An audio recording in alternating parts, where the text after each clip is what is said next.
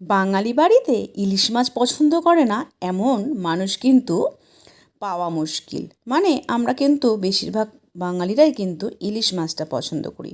আর যখন ভাপের কথা আসে, মানে যে কোনো ভাপে ইলিশ বলো, চিংড়ি বলো, রুই বলো, কাতলা বলো, ভেটকি বলো, ভাপে কিন্তু দারুণ লাগে সবার। আর দেখো, দুটো মাছও নিয়ে নিয়েছি, নুন হলুদ মাখিয়ে একদম সিম্পলভাবে কিন্তু আজকে ভাপে রান্না করব। তাও কিন্তু খুব কম সময়ে যেটা হয় সেইভাবেই।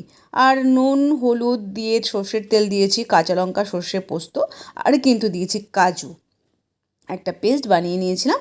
আর এদিকে দেখো বাটি বসিয়ে দিয়েছি। বাটি কিন্তু যখন জল দিয়ে যখন ফুটতে থাকবে জলটা, ওর মধ্যে একটা ছোট পাত্র নিয়েছি, তার মধ্যে একটু সর্ষের তেল দিয়ে ইলিশ মাছ যে মেখে রেখেছিলাম সমস্ত মশলা টশলা দিয়ে, সেটা কিন্তু দিয়ে দেবো। আর আমি কিন্তু একদম 2 পিসই রান্না করছি, আমরা যেহেতু দুজন তো 2 পিসই কিন্তু রান্না করছি।